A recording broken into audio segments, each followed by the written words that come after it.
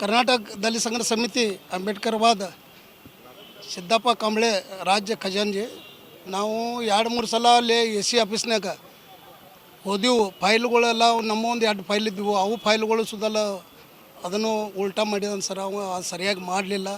ಅದು ಸರಿಯಾಗಿದ್ರೂ ಕೂಡ ನೋಟಿಸ್ 2 ಪಾರ್ಟಿಗೆ ಬಿಡ್ತಿಂಗ ಮುಂಚೆನ ಅದನ್ನು ಎಲ್ಲ ಅವ ಆರ್ಡರ್ ಮಾಡಿ ಬಿಟ್ಟಿದ್ದಾನು. ಆಮೇಲೆ ಇನ್ನೇನು ನಾವು ಹೋದೆವು, ನೋಟಿಸ್ ಮುಟ್ಟಿಲ್ಲ ಸಾಹೇಬ್ರ, ನಮಗೆ ಯಾಕೆ ಹಿಂಗೆ ಮಾಡಿರಿ ಅಂತ ಕೇಳೋತ್ಲೆ ಅದೇ ಥರ ಏನೇನಾಕತ್ತ, ಇಲ್ಲ ನನ್ನ ಕೈಯಾಗ ಕಾಯ್ದೆ ಐತಿ, ನೀವೇನು ಮಾಡೋದಿದ್ರೆ ಅಪೀಲ್ ಮಾಡಿರಿ ಅಂತೇಳಿ ಈ ಥರ ಹೇಳ್ತಾನೆ ಸರ್ ಅವ.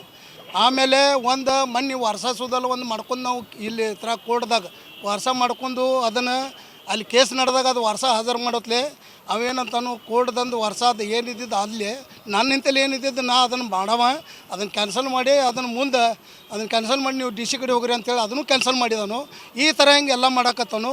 ಬಡವ್ರ ಜನ ಫೈಲ್ಗಳೆಲ್ಲ ಹಂಗೆ ಬಿದ್ದಾವ ಅಲ್ಲಿ.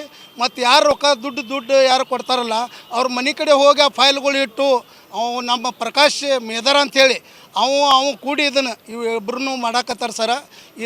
ಇವೆಲ್ಲ ಏನು ಮಾಡಾಕತ್ತಾರಲ್ಲ ಇದೆಲ್ಲ ತಪ್ಪು ಮಾಡತ್ತಾರು. ತಿರುಗಿ ಹೊಳ್ಳಿ ಬಡವ್ರಿಗೆ ಯಾರ್ದು ಕೆಲಸ ಮಾಡ್ತಾಯಿಲ್ಲ.